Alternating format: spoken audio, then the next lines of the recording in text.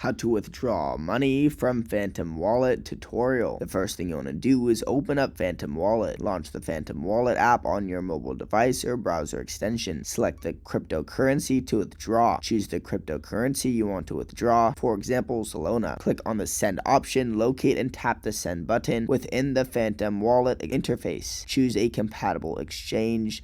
So select a cryptocurrency exchange that supports withdrawals to bank accounts. Copy the exchange deposit address and log into your chosen exchange account and navigate to the deposit section. Find the deposit address for the cryptocurrency you're withdrawing. Then enter the withdrawal details in the Phantom Wallet. Paste the exchange's deposit address into the recipient's field in the Phantom Wallet. Enter the amount you wish to withdraw. Review and confirm the transaction. Double check all details, including the address and the amount. Confirm the transaction using your password or biometrics.